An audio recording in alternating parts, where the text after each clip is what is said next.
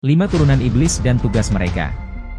Kesombongan serta ketidakmauan sujud hormat kepada Nabi Adam alaihissalam, iblis akhirnya dikutuk dan diusir Allah dari surga ke muka bumi dalam keadaan terhina. Sebab, tak sepantasnya makhluk yang takabur dan merasa paling baik berada di dalamnya.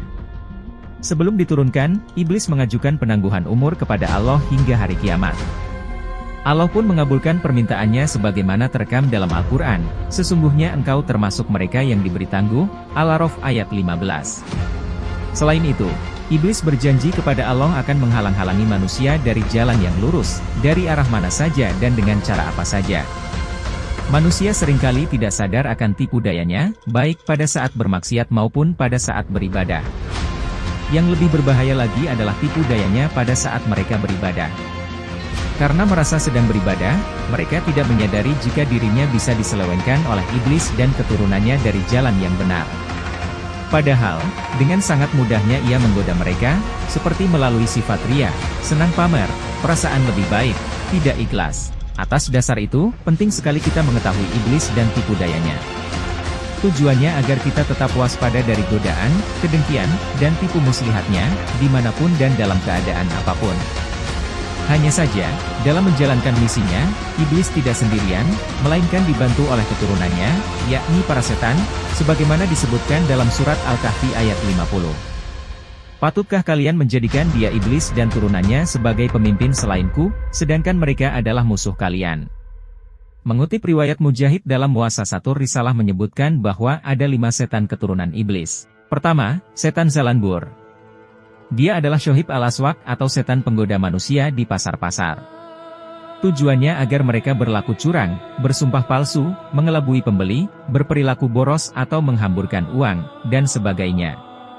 Maka perbanyaklah berlindung kepada Allah dari keburukannya. Kedua, setan Sabur. Dia adalah Syuhib al-Masyoib atau setan penggoda manusia yang tengah ditimpa musibah. Tujuannya agar manusia yang digoda benci terhadap ketetapan Allah, tidak sabar dalam menghadapi ujian. Bahkan tak jarang membujuknya untuk mengakhiri hidup atau meminta kematian agar terlepas dari jeratan musibah atau ujian. Yang dianjurkan saat ujian datang adalah bersabar, mengharap pahalanya dari Allah, dan menyerahkan segala urusan kepadanya. Sesungguhnya, Allah telah memuji orang-orang yang bersabar dan menjanjikan balasan besar bagi mereka. Ketiga, setan Awar. Dia adalah Syuhib al-Zina atau setan penggoda manusia berbuat zina. Setan inilah yang membuat manusia merasa indah, tertarik, dan tergoda oleh tampilan lawan jenisnya. Selanjutnya, dia membujuk mereka melakukan perbuatan nista. Setelah perbuatan nista terjadi, biasanya setan pergi berlepas diri lalu kembali lagi menimpakan penyesalan atas apa yang telah mereka lakukan. Saat itulah dia kembali membujuk agar mereka berani melakukan pembunuhan, baik terhadap perempuan rekan zinanya atau terhadap bayi hasil perzinaan mereka. Setan ini pula yang dimaksud Rasulullah Shallallahu Alaihi Wasallam dalam hadisnya. Janganlah seorang dari kalian berduaan dengan perempuan yang bukan haknya, sebab pihak ketiganya adalah setan. Keempat, setan Masud. Dia adalah Syuhib al-Akhbar atau setan penggoda manusia agar membuat atau menyebarkan berita bohong, hoaks. Setan ini pula yang membisiki para tukang ramal atau tukang sihir dengan berbagai kebohongan yang dibuatnya. Ia tampil bak sosok yang paling tahu urusan gaib. Padahal, yang menguasai perkara gaib hanya Allah. Dalam hadis Al-Bukhari, Rasulullah Shallallahu Alaihi Wasallam pernah ditanya tentang tukang ramal.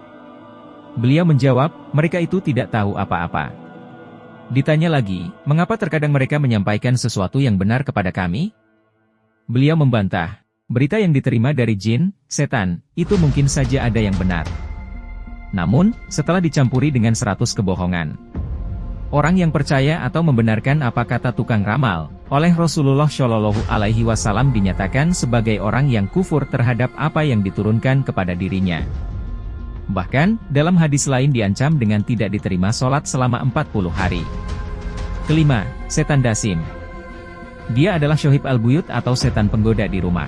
Kebiasaannya antara lain turut masuk dengan orang yang masuk rumah tanpa menyebut nama Allah dan mengucapkan salam sehingga ketika seseorang masuk rumah tak mengucap nama Allah, maka setan ini turut masuk dan terlibat dalam segala aktivitas di dalamnya.